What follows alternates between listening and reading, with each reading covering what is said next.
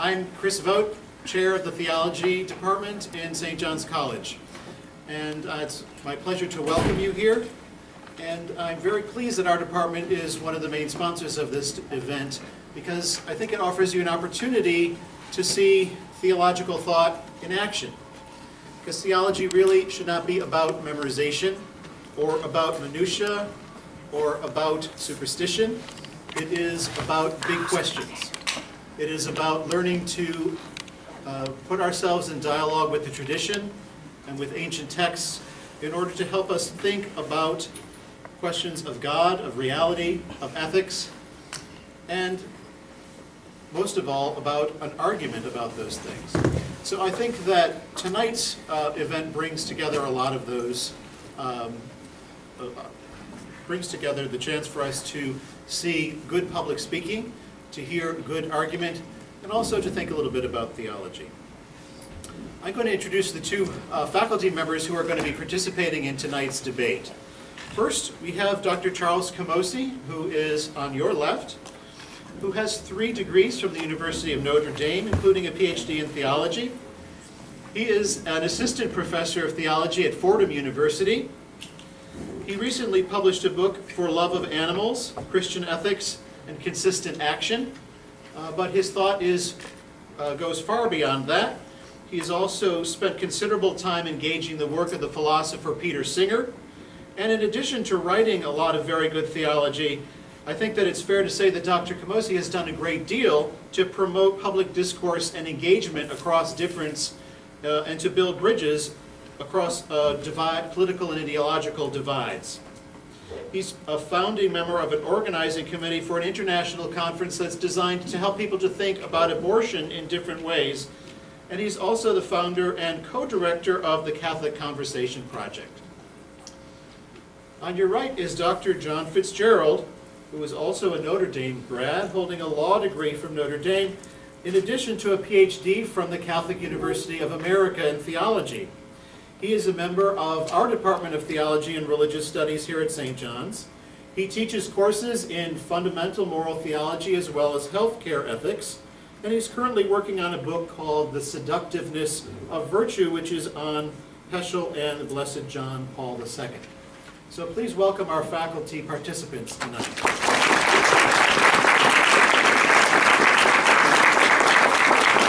It's my pleasure to turn things over to Dr. Steve Yano, who is also moderator of the St. John's University Debate Society.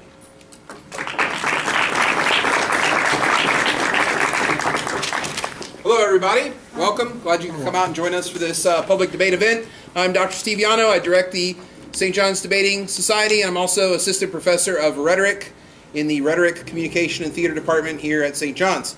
The purpose of a public debate is to help you. This is why we do these things. They help you refine and consider arguments on both sides of controversial issues that you might not have thought that much about.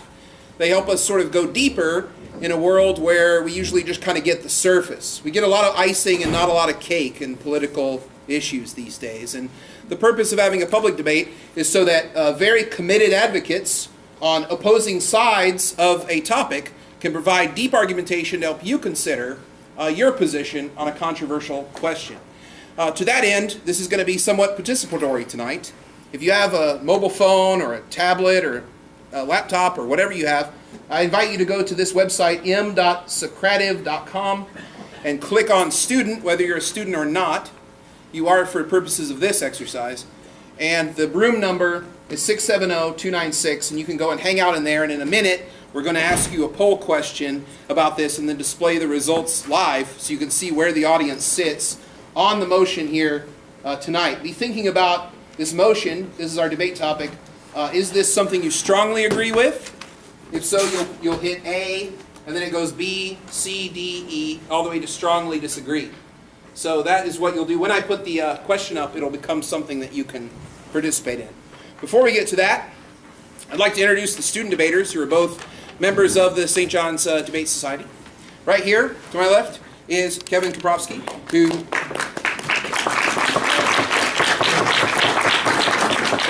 clearly needs no introduction.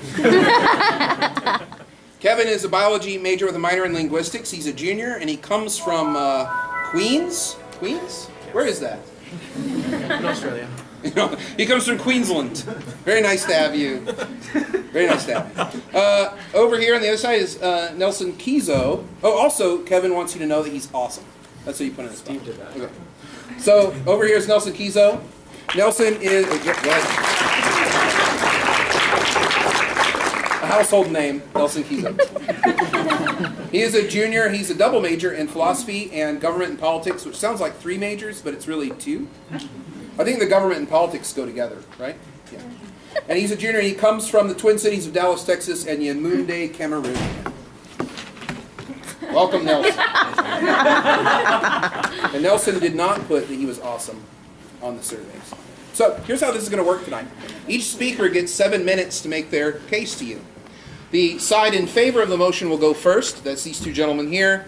And then each speech will go in turn. 7 minutes for Dr. Camosi, then 7 minutes from Dr. Fitzgerald, then 7 minutes from Kevin, and 7 minutes from Nelson. And that'll be the whole debate.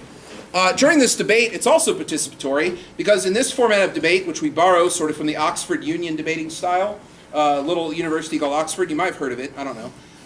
And they developed this debating style a long time ago, and it encourages the audience to be participatory. So tonight, I will ask you, if you hear one of the speakers make an argument that you like, we'd like you to bang on the table, like this, to show that you like the argument. This gives them feedback that what they're saying is persuasive to you.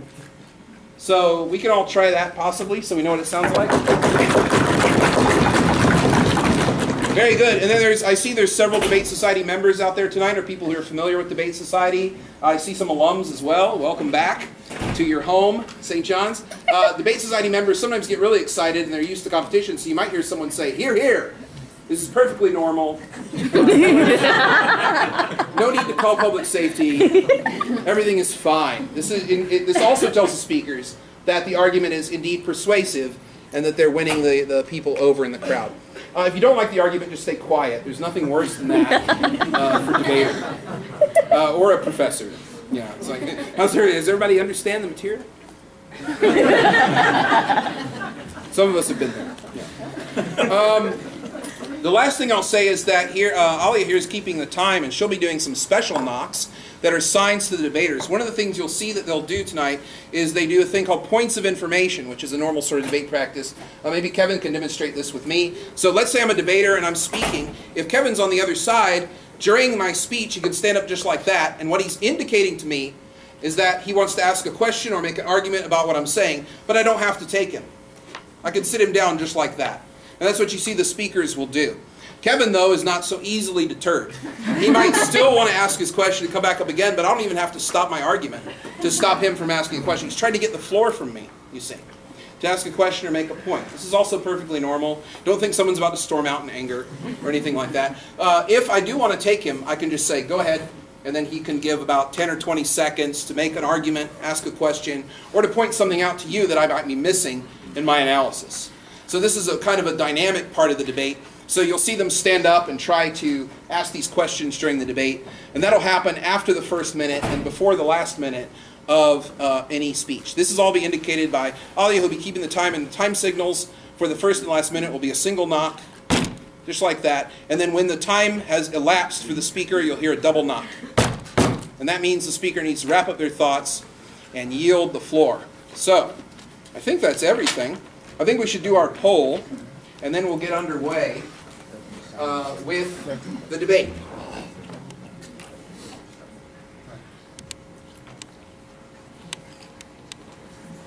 Okay, so on the question of the motion here, if you are strongly in favor of it, hit A, and decreasing in your strong preference. If you strongly disagree with the motion, hit E. It should be coming up on your phone now that you can select these things. We'll start getting some results.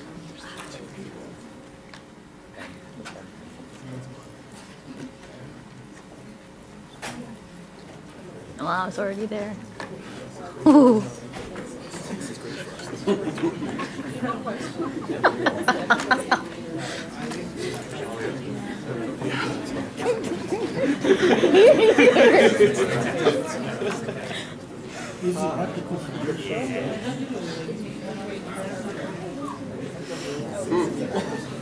We're almost there. Get those last few votes in. We've almost got everybody who's online right now. Almost all 70 of you have voted.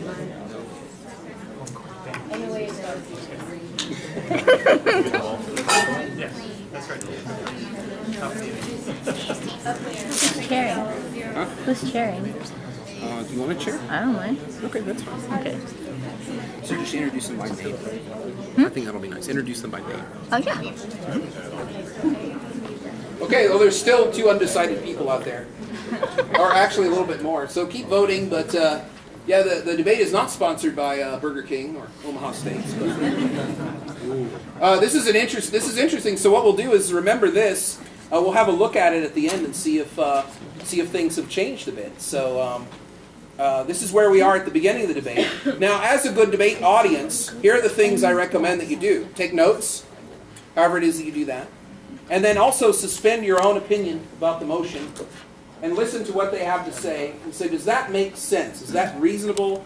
Is that persuasive to a reasonable person? And if so, you should give them credit for that argument and see if they have said things that maybe move the debate a little bit more towards one side or the other. At the end, we'll see how well they did by doing this again. And if it moves more towards E, then we'll know that the opposition debaters have done a good job. If it moves more towards A, then we'll know that the affirmative or government side debaters have done a good job. So that's all you'll hear from me for a bit.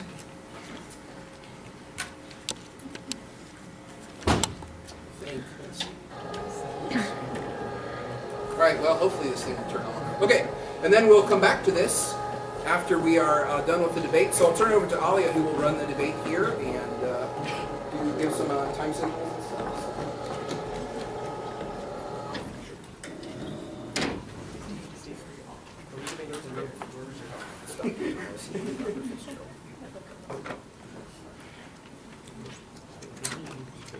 Where would you like us to stand?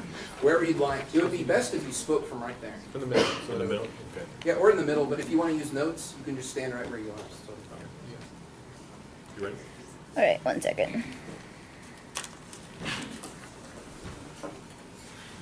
I would like to call this House to order and invite Dr. Kamosi to give a 7-minute speech on the motion, Christians have a moral obligation to not eat meat. Thank you. So if the poll is any indication, you guys think almost exactly like my Fordham students, so this should be smooth sailing. I rise in support of the motion. Christians have a moral obligation not to eat meat. Perhaps surprisingly, it doesn't happen as much as we would like, but claims about what Christians should do should start with Jesus. Jesus was utterly unambiguous about his active, life-altering concern for those on the margins, for those whose dignity was inconvenient for those in power, for those who have been othered, for those who don't have a voice to speak for themselves. In particular, Jesus was concerned about violence, and especially violence that was done against such populations. And he insisted his followers support these marginalized groups through nonviolent means. It is not surprising then to have seen Christians at the forefront of nonviolent attempts in the goal of liberating those on the margins. You see this multiple times with Martin Luther King, Mother Teresa, John Paul II. To the list of marginalized populations Christians need to pay attention to, I propose we add non-human animals. Can you think of a more marginalized, othered population in our culture? In fact, especially in urban areas like this, isn't it fair to say that the most contact we have with animals is when we eat them? And we eat bacon, right? Not pig. Hamburger, not cow. Even the phrase acting like an animal is meant to marginalize, right? Our animalistic natures are base, craven, irrational, harmful, out of control.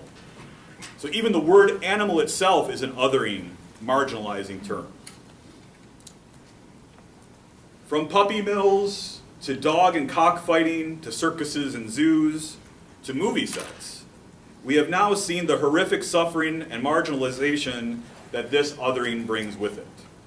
Especially in the age of the internet, it's getting more and more difficult to ignore, right? But most of us participate in cruelty towards animals most directly when we eat them. Most of us who eat meat, after all, eat meat which comes from factory farms, which kill over 50 billion animals each year in horrific conditions. Chickens living in their own feces, beaks cut off without pain medication, living their whole lives in about 1/2 of 1 square foot of space. Entering the biotechnological revolution, many chickens now are bred so that they never have the feeling of being full, not even having the modest relief of a full stomach. Why? So they eat as much and as quickly as possible and grow as quickly as possible. Turkeys are now bred with breasts so large that they can't even have sex with each other. If you're a fan of the show Dirty Jobs, maybe you saw an episode which featured the poor guy who has to manually procure the semen from the male for this. Pigs. Pigs are more social and smarter than dogs. And dogs, as we know, especially if you ever walk through Manhattan, are members of the family. But pigs are treated in similarly terrible ways. While many developed countries have banned things like gestation crates, most U.S. states allow them. Gestation crates are crates in which pregnant sows, live most of their lives without even enough space to turn around. And it's worth noting that the way we treat pigs versus dogs is largely a cultural phenomenon. In other parts of the world, dogs are the food and pigs are the pets.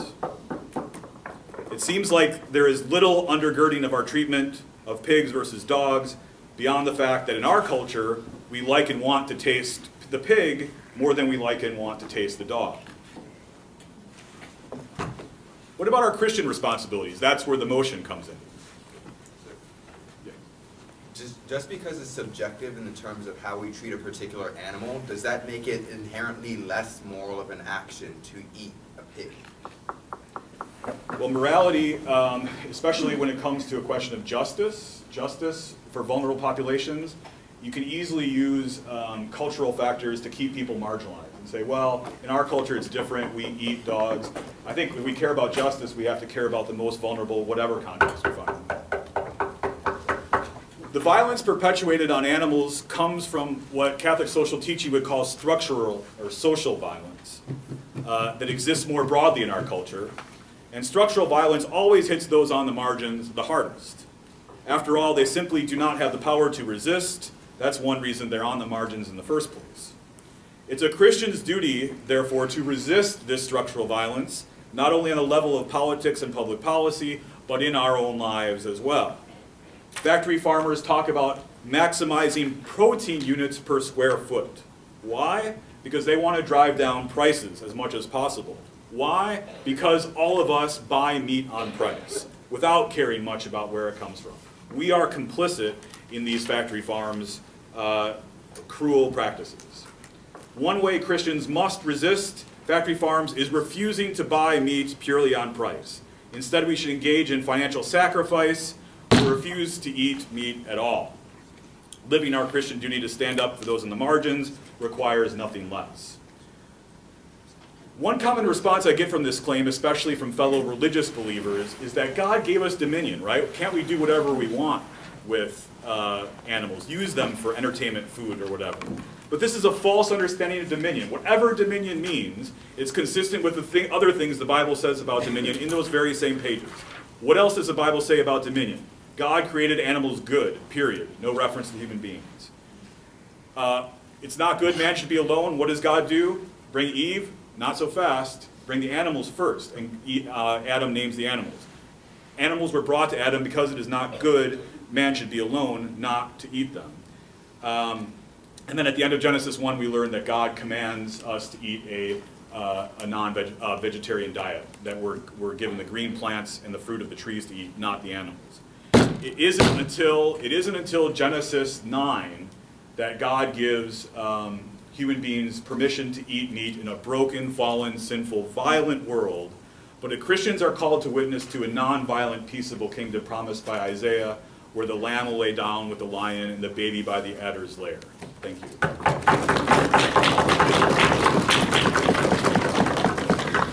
I'd like to thank the previous speaker for his speech, and now I invite Dr. Fitzgerald to present his thoughts on the arguments.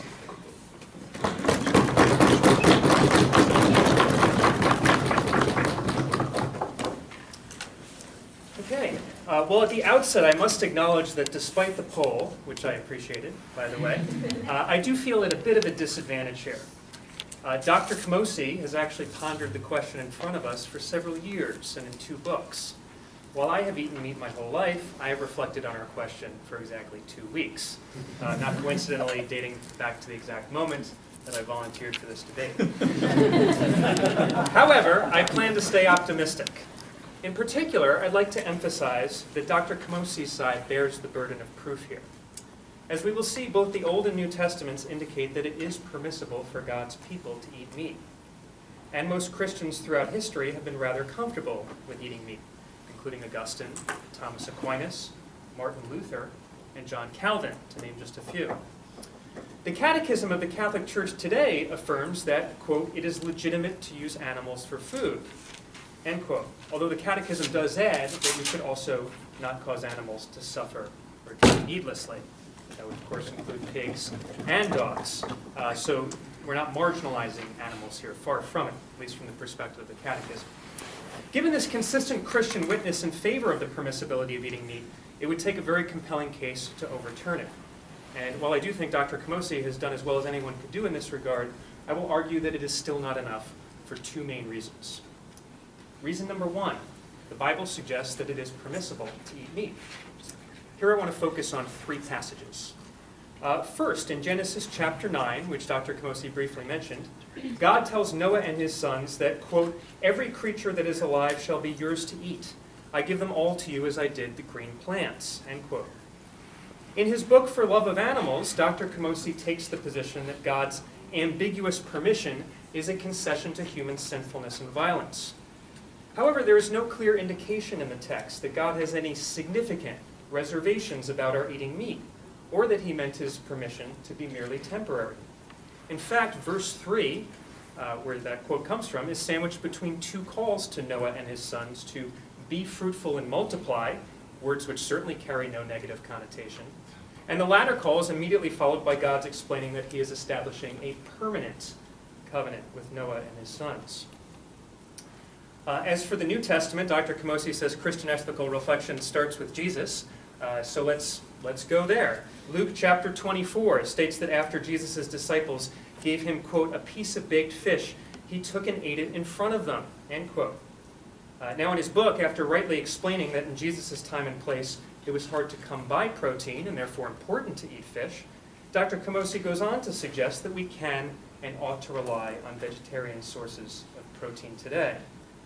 In response, however, here we must keep in mind that Jesus was in his resurrected body at the time he ate the fish here, and therefore presumably not subject to the same nutritional constraints that we are.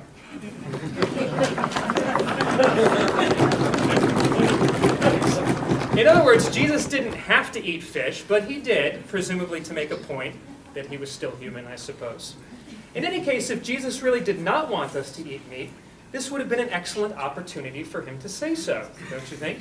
In a manner similar to his statement in Matthew 19 that Moses permitted divorce only because of the hardness of human hearts, and that, quote, from the beginning it was not so, end quote. However, Jesus did not say so here, didn't say so on a couple of other occasions when he distributed fish miraculously, nor anywhere else in the Bible. Oh boy, here we go. Yes? This may sound too simple a question, but is fish meat?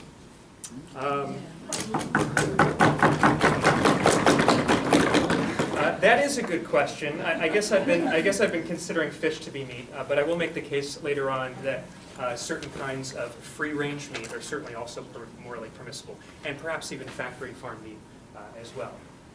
But maybe that's something we'll get to discuss a little bit more in the Q&A. Okay. So if, as Christians believe, Jesus was and is omniscient and knew exactly what would be written about his actions and omissions, we can infer that our eating meat, both then and now, certainly at least fish, was not high on his list of concerns. Finally, let's turn to the words of St. Paul in Romans 14:3. Quote, "One person believes that one may eat anything, while the weak person eats only vegetables. The one who eats must not despise the one who abstains," and this is key, "the one who abstains must not pass judgment on the one who eats, for God has welcomed him." Now, Paul here is specifically talking about those who don't eat meat out of fear that it's been sacrificed to idols, but I think his words here do clearly cut against any strong claim that Christians have a moral obligation to be vegetarians.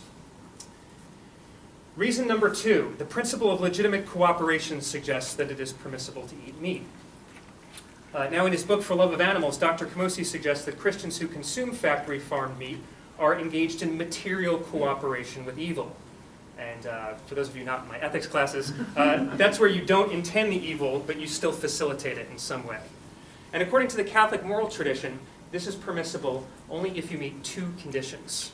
First of all, the good of cooperating outweighs the evil. And second, you minimize the possibility of scandal to others.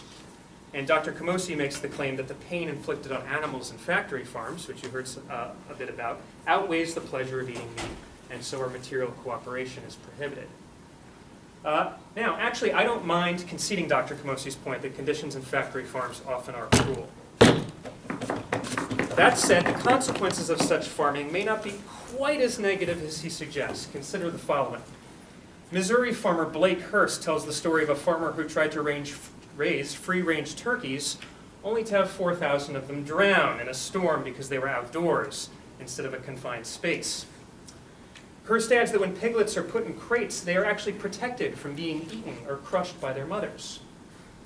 But what about the claim that factory farms produce adverse environmental effects? Well, to take one contrary example, a recent study out of the University of Oxford found that meat and dairy consumption contributed only 8% of Britain's total greenhouse emissions, while transportation was responsible for 33%. Now, even if meat production were halted, you have to consider greenhouse gases would continue to be emitted by our cultivation of crops, as well as by the free animals that would repopulate the land. Finally, we could consider the health benefits of, is that 7 or 6? That's 6, okay. Finally, we consider the health benefits of I'll speak twice as fast now. Oh, that's 7 actually? Oh, I'm sorry, I missed the other finger there. Am I going a little bit longer? Okay. Let me at least make this claim. So we'd have to weigh the benefits and costs of eating factory farm meat. I think you could make the case it's okay, but at the very least, the benefits of eating fish and free-range meat in moderation can certainly outweigh the costs, and that is arguably not even cooperation with evil in the first place. Thank you.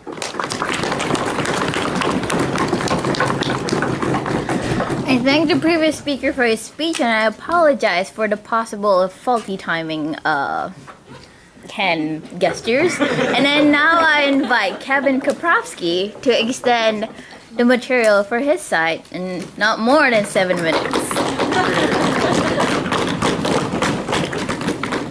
Thank you for that introduction.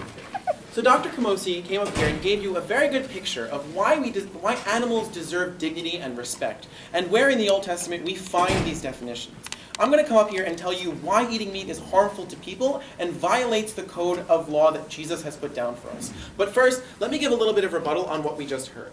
So primarily, you hear that it is permissible by God to eat this meat. But I believe Dr. Camosy already offered an analysis here that showed you that it's permissible in the context of a post-fall world. And it might not necessarily be permissible in an entire moral system. It's permissible only because the world has been scarred already, and we should not act to further that. Secondarily, the idea of catechism comes up, saying that catechism, we are not allowed to allow animals to suffer or die without need. I would argue that that need is no longer present. That every time you kill an animal, we do not need to kill that animal because we have the means to not eat meat.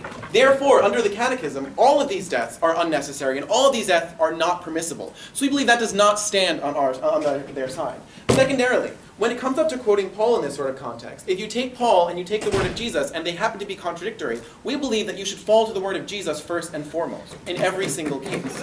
And we believe that what we're falling to is it 1 minute yet? No. Yeah, it is. That's all right. So we believe that what we're falling to with Jesus is the golden rule, is love your neighbor and as you love yourself. And I'm here to tell you exactly why eating meat is violent towards yourself and violent towards your neighbors. So primarily, I just want to get the notion that meat is a necessary part of our diets out of our heads. It is not. It has been proven by every single vegetarian that has not died that we do not need to eat. Meat is an unnecessary part of any diet to anyone, and no one can tell you different. Secondarily, diets of meat are incredibly unhealthy. You get increased rates of colon cancer, increased rates of heart disease, and that is one of the biggest killers of women in America today, heart disease. And it comes from the diets that we have, which are primarily meat-based and meat product-based. So we consider eating meat a violence to the self, because you are committing an act of violence to yourself by not taking care of your body, by forcing yourself to intake these things that will give you cancer, that will give you heart disease, and that will inherently cause you pain and suffering and kill you. But even if you want to go a little further to that, love your neighbor as you love yourself. What does this do to your neighbor? The factory farming of meat, or the farming of meat in any way, shape, or form, requires an incredible amount of resources. Resources that could be going to improving the amount of food given to anyone who needs to eat. So we believe it is also an inherently selfish act to eat meat because of the amount of resources that you are allotting to yourself and not allowing to those who actually need it. Secondarily, we believe that the greenhouse gas argument is a legitimate argument. I'll take you in a second. Is a legitimate argument because it is a contributing factor. 8% is a big number. It is a huge number in terms of you only have 100% of it. If you get rid of that 8%, then you have 8% less greenhouse gases, and we believe that is something incredibly important. Okay, so your argument was that Christians eating meat takes away from the resources of another individual. Is it a moral abomination on Christians to indulge at any point in their lifetime? It is a moral abomination to indulge at the cost of others' lives. I would say that 100% of the time. If you want to taste the meat and in your craving for this, you are willing to say that I'm going to eat the harms of mass murdering animals, of causing them torture, of causing them pain. Also, I'd like to bring in a secondary point of rebuttal here. We believe that rain versus factory farming are two entirely different things. And just because turkey die from rain does not mean that factory farming is not a bad thing, because they are cutting their heads off. So I think that's a false dichotomy that we cannot fall upon, because these turkeys will die in the rain naturally. That's not even comparable, because one is torture, one is pain, and one is suffering. And this is what we're doing to these animals.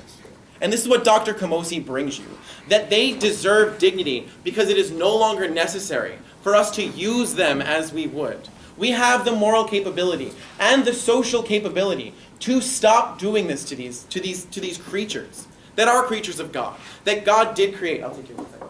No, you can say that. No. That God did create, that God did give us dominion over, not to torture, but to care for. And we don't believe that eating meat, killing these animals, is caring for them in the best way we can, because I don't believe God meant for us to care for them in the crappiest way possible. I think He meant for us to care for them in the best way possible. I don't deny that it's admirable to be a vegetarian, just as it's admirable to forego marriage, as many priests do, or material possessions for a greater good. But should it really be obliged of every Christian, no matter what? In the context of our society, yes, it should be, because eating meat is unnecessary. And the good thing is sometimes the hard thing.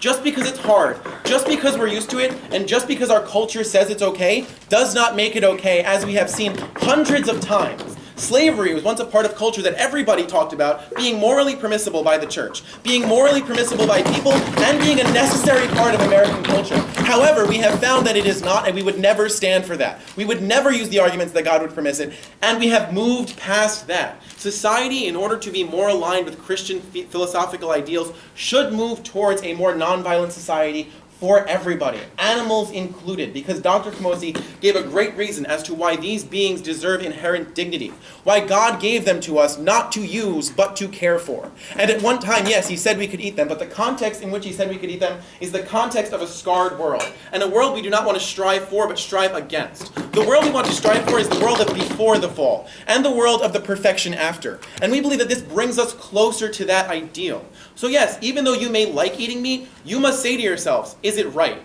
Because there's a lot of things we do that we like that we don't know if they're right or not. I believe that it is wrong. I can say I like eating meat, but I know that it's a wrong thing to do. And that's where I think you guys have to go.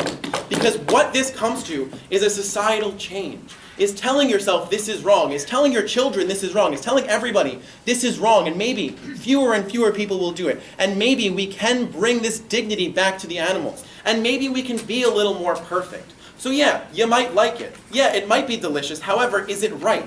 Is it morally justified for you to do the things that you are doing, for you to partake in this system that is systematically destroying the rights, lives, and comfort of hundreds of millions of animals every year? It is an incredible number. It is incredible harm, and it is incredibly painful to look at. And it's painful to look at for a reason, because in your heart you know that what is happening is wrong. And even though you like it, that is not justifiable to say it's not wrong. You cannot say it's not wrong, because then you are supporting this evil into the future, and you are supporting the people who would make this for their own profit, who would tell you that this is necessary, who would tell you that this is morally justified, because it is not. And I believe that our arguments today have proven this to you, and at the end of the day, you will leave here thinking something different. Thank you very much.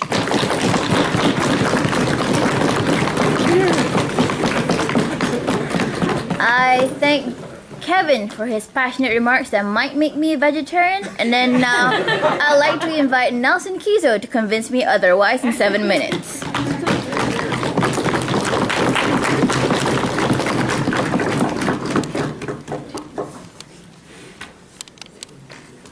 After this debate, I would like to invite all of you to come out and have drinks with us, right? I would like you to have a good time, order some wings, do whatever it is that you want. Now, if all of us got together, we could all pull together a substantial amount of money and resources that we would probably spend on drinks and do something to help somebody who's in a very less fortunate situation, living right here in New York City, abroad in Europe, in Africa, or South America. But I would not say that it's your moral obligation to do so simply because you have the capacity to.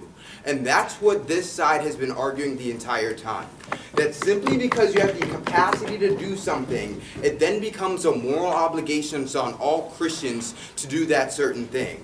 We don't believe that's true, because we also don't think that all the harms that they're bringing to you, like factory farming, etc., are like somehow intrinsically tied to the act of eating meat. We think that there are nice ways for you to eat meat that can come from free-range farming, don't have to stem from factory farming, and it's not your moral obligation to abstain from eating meat simply because there was another option for you. I think this debate so far has come down to two questions, right? What are our moral obligations and where do we get them from? And then secondly, like, what are the harms to us societally and physically? And even if these harms exist, does that mean you have a moral obligation to not do so? Okay, so what are our moral obligations? We heard from Dr. Kamosi that we need to give a voice to those whose dignity is expressed silently. He says if we care about justice, we must care about the marginalized populations. We heard this even in Kevin's speech when he talked about the slavery example. We needed to care about marginalized populations.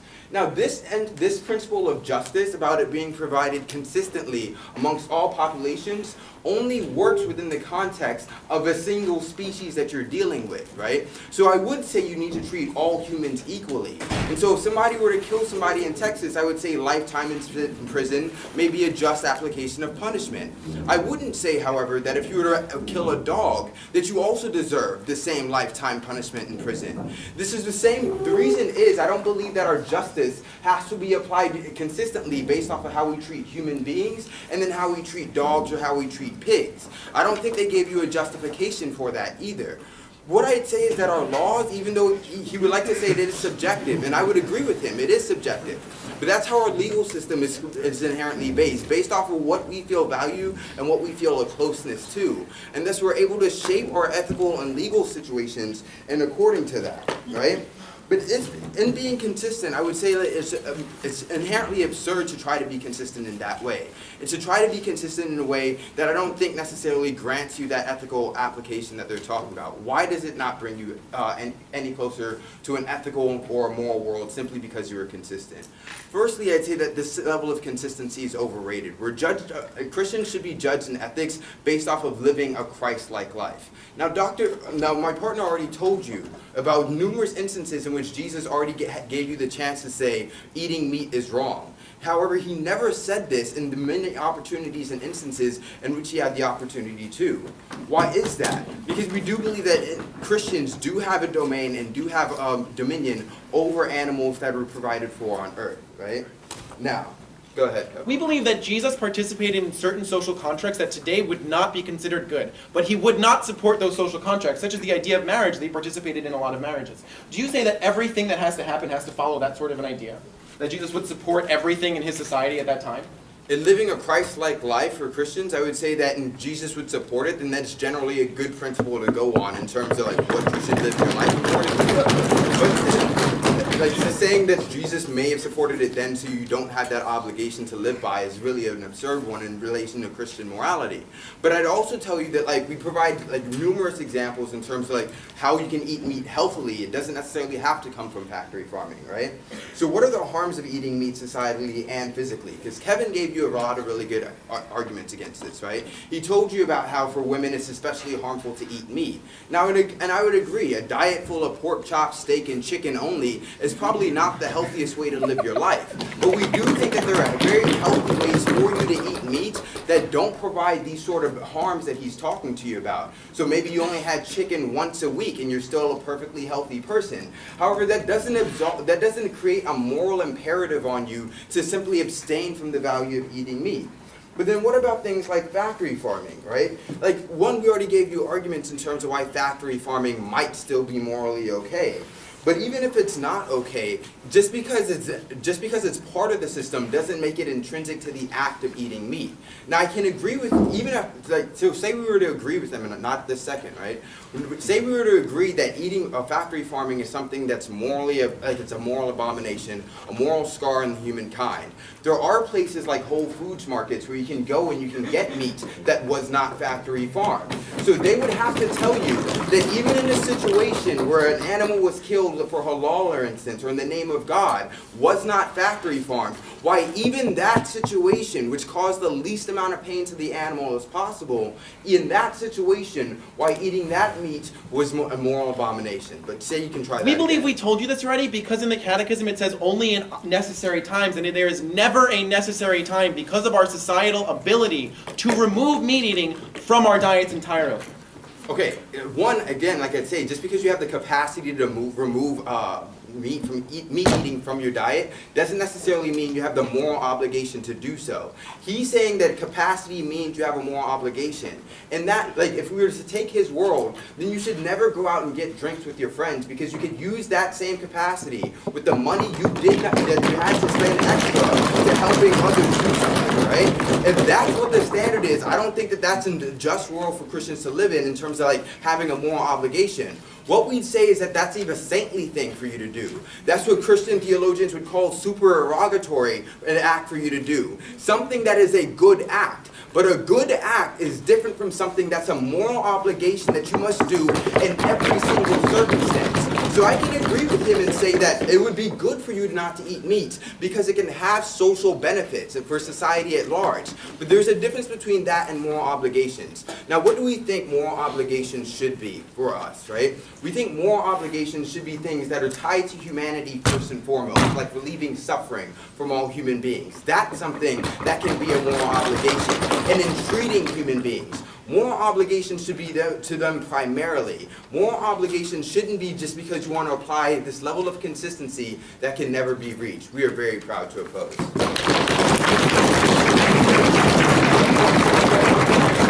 I thank both sides for their speeches and invite you to cross the aisle and shake hands and be friendly.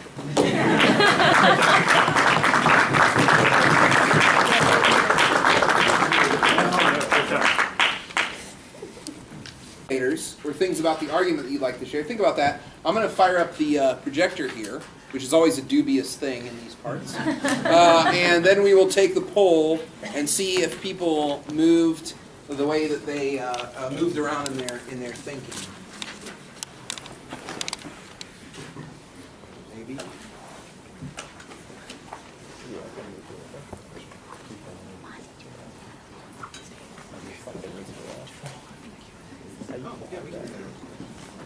Well, while I'm trying to figure this out, why don't we do some question and answers? So what you can do is raise your hand high, and we will have, I guess maybe I'll call on you, and then we can direct it, or maybe you guys can call on them, or whatever, because I might be distracted by the machines. You want me and Nelson to pick someone and they say who they have a question for? And then Sure, that'd be great. That sounds good.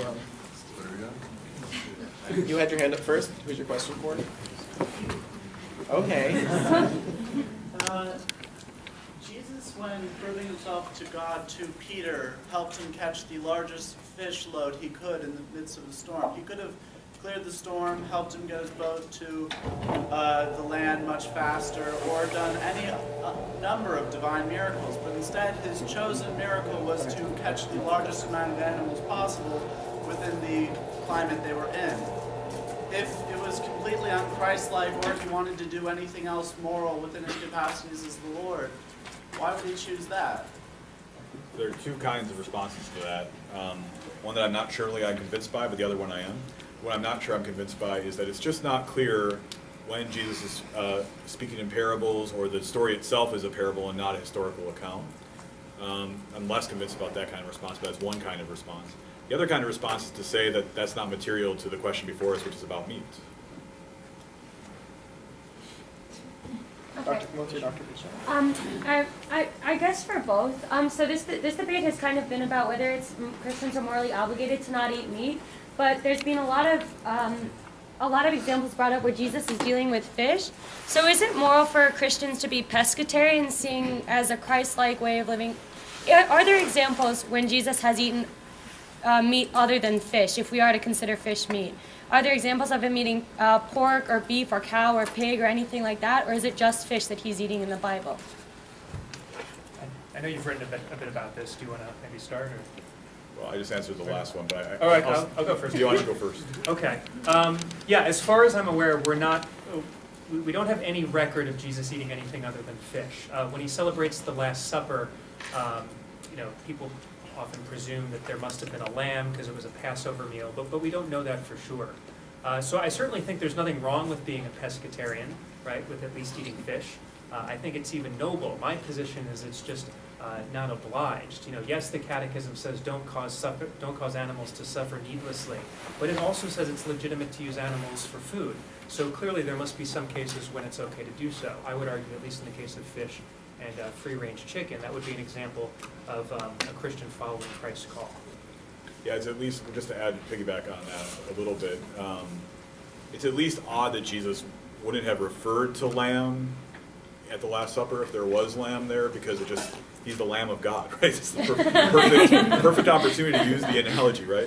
That he doesn't. Now, it's an argument from silence. I don't think we can say we know Jesus didn't eat meat, but it's at least odd that there's no mention of it at all in the Gospels, especially since Jesus was criticized time and time again for beating the guy that was always eating and drinking, who was like a party guy.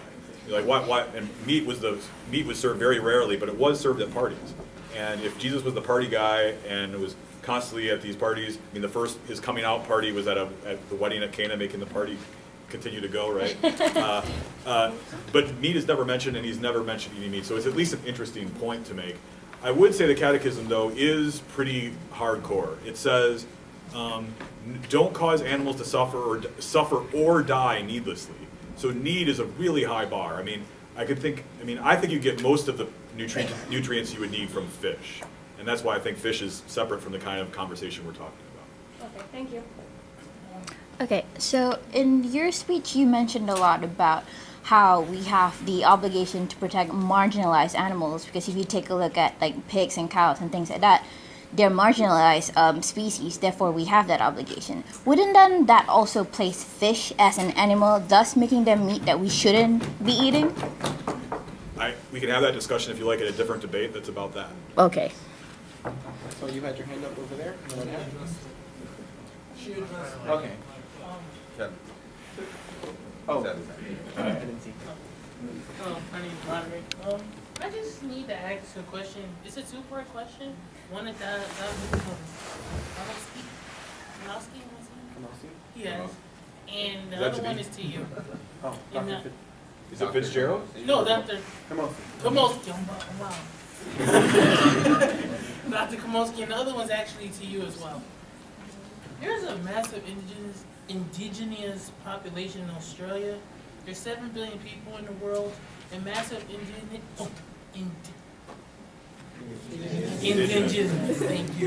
population in India, especially near Calcutta. Africa has starvation.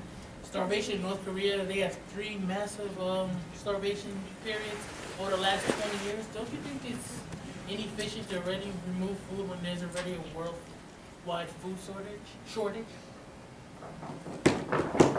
That's me? You Okay. say removing of meat. So if you want to talk about efficiency, and I think that's a dramatically important question to ask, especially when it comes to food justice. Let's say you have an acre of land. What's the most efficient way to get calories from that acre? Is it to grow vegetables and then feed those vegetables to an animal who then, living their life such as it is in a factory farm, getting rid of some of those calories through their life, and then eating part of that animal? That's a horribly inefficient way to create calories. So if you want to maximize calorie production per acre, feeding it to an animal and then eating the animal is not efficient.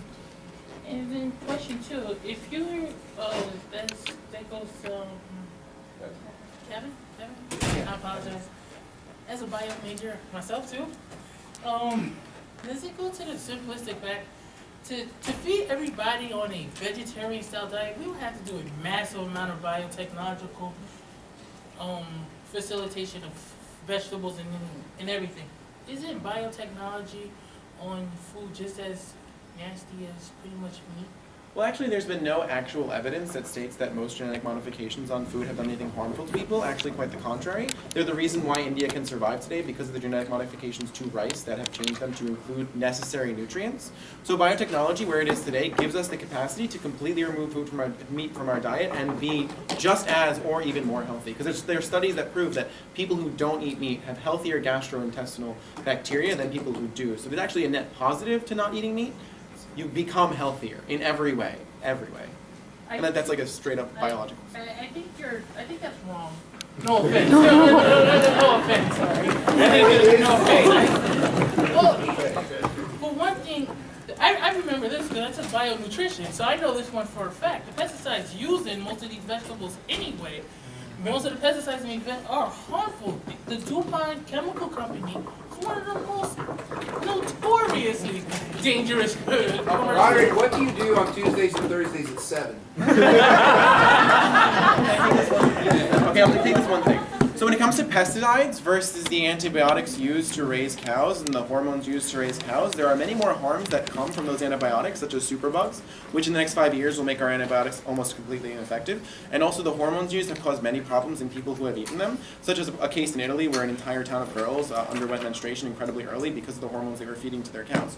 So you want to talk, like, if the problem exists there, the problem with pesticides is much smaller. Even when you're talking about eating perfectly fine meat, because that meat gives you an increased risk of colorectal cancer and heart disease, and all of these things are much larger harms than pesticides. I think that we should. We should go to somebody else. We can talk afterwards. I will. You can come to I will debate totally me, talk please. afterwards. Yeah, I'll totally talk afterwards. King. I'll go to you after.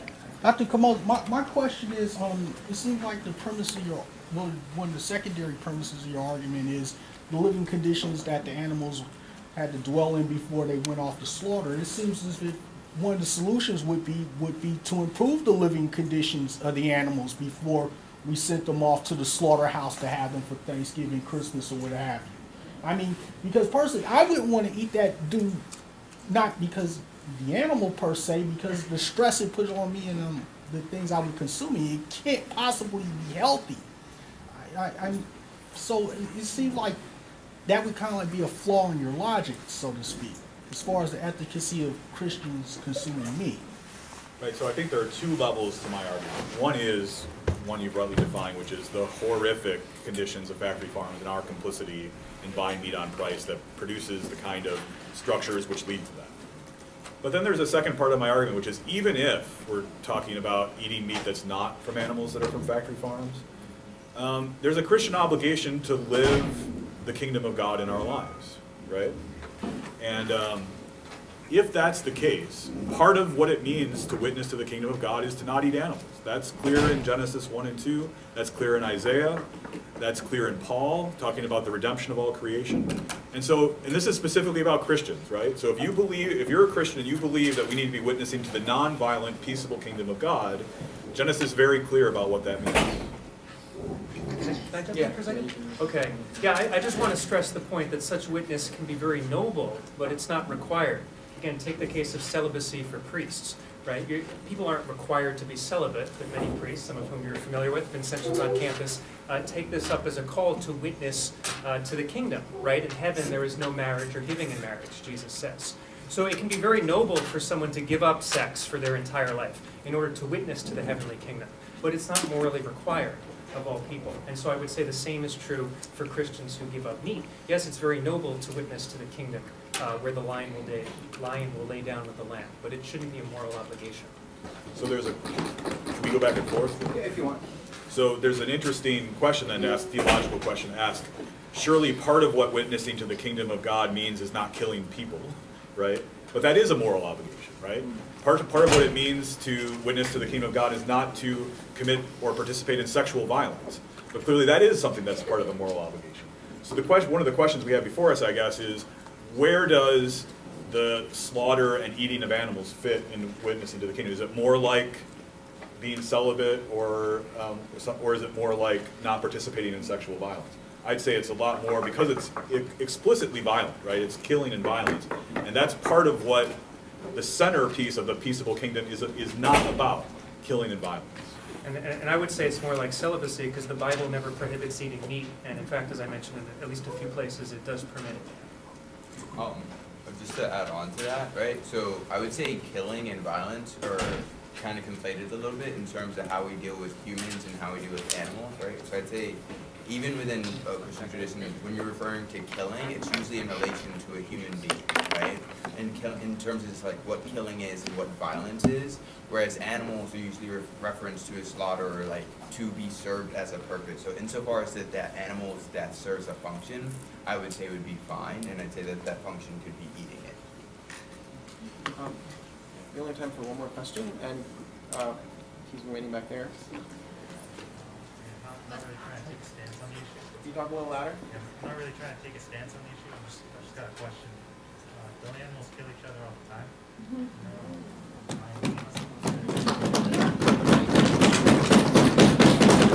I'm gonna need more than that to respond, because nothing follows from the fact that animals kill each other. So nothing about what we do follows from what animals do. So you're gonna have to say more about it.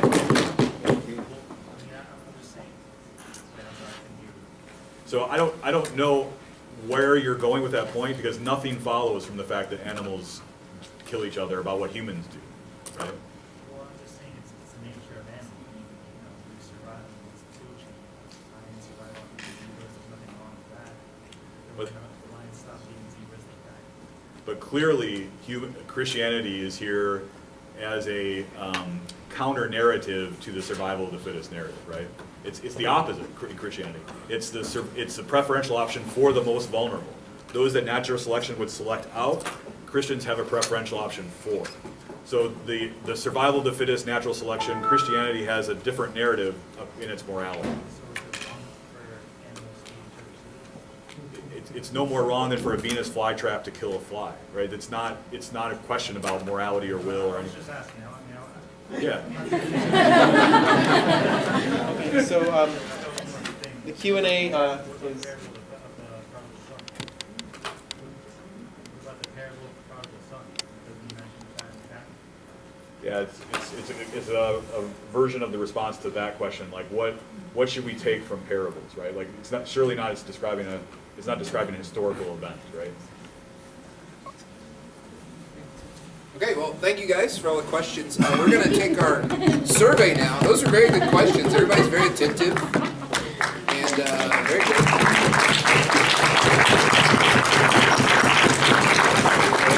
Now we'll see how the debaters fared. Yeah, so get your mobile devices out. This is what it was before, and now we're going to do it again. Same thing. The room number is 670-296. m.socrates.com. And we'll do the same thing. If you agree strongly with the motion, I'll put it back up here so you can see it. If you agree strongly with the motion, push A, and then in varying degrees of agreement or disagreement, move your way down to E. Let's go ahead and start Wait. the polling. What's the room number? Room number 670-296. If you're already in the room, you're cool. You don't have to log back out. Is the activity started? Oh, no. Done. All right, we're ready for polling.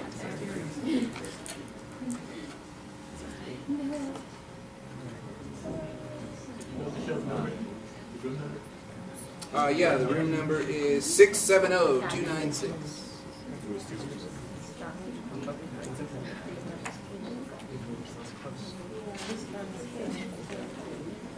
Will we be able to see the two? I think it might save it. I don't know. This one looks like it's more. You took a picture, Ella, of the original. Okay, well then you can look at that picture and you can tell us the difference. Responsibility, yes. But is it your obligation? I took a video while it was going up and down.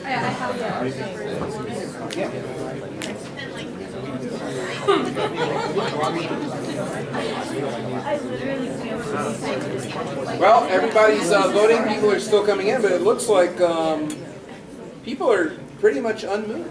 So in the original poll, There's 4 more people. in the original poll, 10 people were A, and 34 people were E, and 15 people were D, 7 people were C, and 7 people were B. So it's about pretty close. Interesting. We call the draw. Any comments on that? I guess if nobody moved, it's sort of even, isn't it? Or we just got a bunch of self-interest.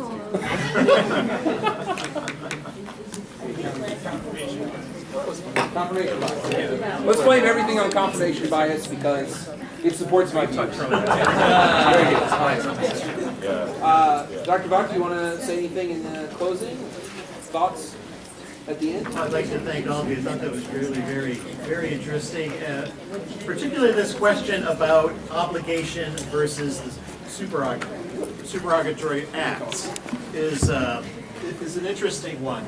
And I think it's also important to notice how there's so much overlap between questions in a Christian context and questions just in a context of justice. So a lot of questions about factory farming, for example, or our obligations toward animals are shared beyond Christian ethics. It was interesting to see how our speakers tried to also then move to the more specific question, whereas Dr. Kamosi, for example, is thinking more about the nature of the kingdom of God, kind of this broad ideal as something that we should strive towards, something that has been revealed, whereas Dr. Fitzgerald and his partner here were more about looking at specific passages in Scripture, which is an interesting contrast in terms of how do you solve a theological question like that. But I thought it was really very well done by both. Thank you again so much.